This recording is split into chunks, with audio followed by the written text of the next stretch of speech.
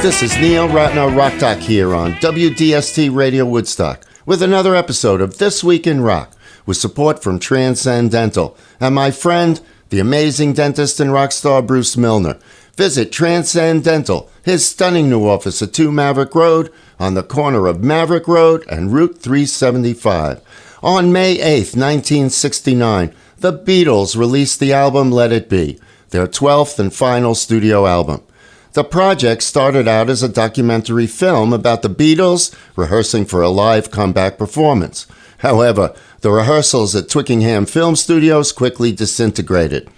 George Harrison came to rehearsals inspired by his recent stay in the U.S., where he enjoyed jamming with musicians in Los Angeles and experienced the musical camaraderie and creative freedom in upstate New York with Bob Dylan and the band. That same atmosphere was absent in the Beatles. John Lennon showed a total lack of engagement with the project, and Paul's domineering attitude got to be too much for Harrison, who announced that he was leaving the band and told the others, "See you around the clubs." A few days later, the band agreed to Harrison's terms for returning. They would abandon the plan to stage a public concert and move to Apple Studios, where they would be filmed, recording a new album tentatively titled Get Back. George returned to the sessions and extended an invitation to keyboardist Billy Preston. The Beatles rejected Glyn Johns' final mixes, and producer Phil Spector, invited by Lennon and Harrison, took on the task of turning the Beatles' Get Back recording sessions into a usable album.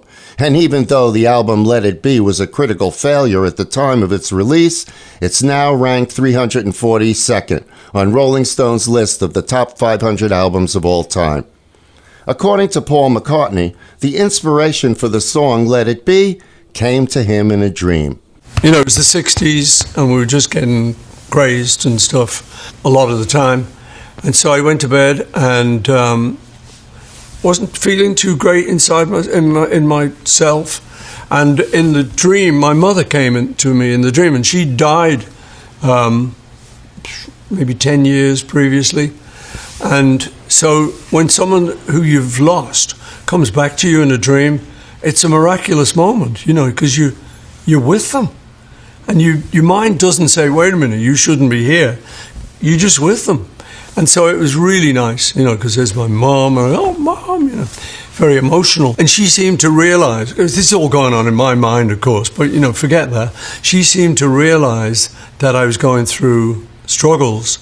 And she said, it's going to be okay. It's all really going to be okay. And she said, just let it be. I went, I felt great, and woke up and thought, what was that? What? And I remembered the dream. I thought, what did she say? Let it be. And then I sat down at the piano and wrote the song. It had a lot of emotion because of who'd said it and my situation. So that kind of translated to the record. And I think that's why a lot of people like it. They feel somehow that kind of magic comes through. Okay, let's listen. From the album of the same name, The Beatles and Let It Be.